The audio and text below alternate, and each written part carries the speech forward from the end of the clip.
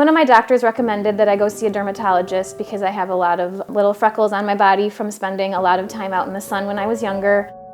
I loved getting a good tan. I felt beautiful when I had one, and so I saw a dermatologist, and every time I'd go, they asked me about a little freckle I had on my cheek. She saw it again and decided she wanted to biopsy it, and then it came back as precancer or melanoma in situ, and that's when kind of everything began.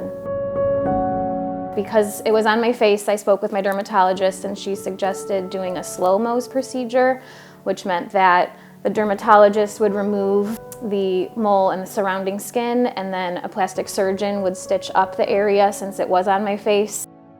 And when she actually came, we received the information that she hadn't yet been cleared of the cancer. And so then she and I kind of, instead of doing the reconstruction, went on a journey to kind of get to the end of this disease process. She, came in and said, we don't have clear margins, but we're going to take another piece of skin out to make sure maybe we can get them on this next one.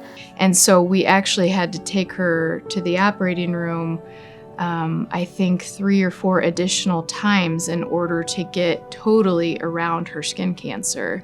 What started out as kind of a smaller hole in her cheek after that initial removal turned into something, quite significant in terms of the defect size.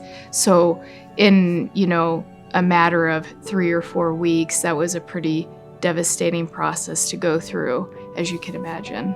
So then she took some of my neck and pulled it up onto my cheek to close up the wound that was there, and had about 100 stitches across my face and down my neck. We did get to the point where we had to go through a process called tissue expansion, which is where we take water balloon type of material, we put that underneath her skin and her cheek and her neck, and we slowly kind of build these up over time.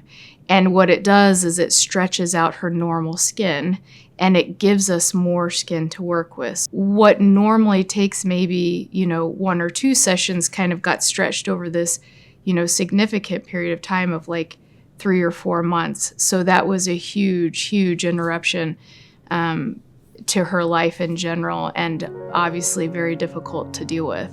I have an amazing group of friends and family that helped get me through it, and also the school I work at, my colleagues and the students were very understanding. I could wear a scarf to cover up kind of my expanding face, so I wore a big scarf every day that just helped me feel more comfortable.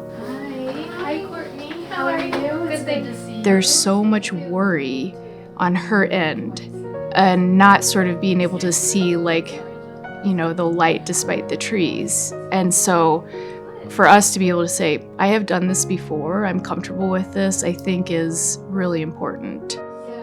Dr. Pittman's the most understanding, calm, and kind doctor I've ever met. I was very emotional a lot of the times that I spoke with her. I could always count on her to be there and to answer any questions that I had, which made me feel very comfortable.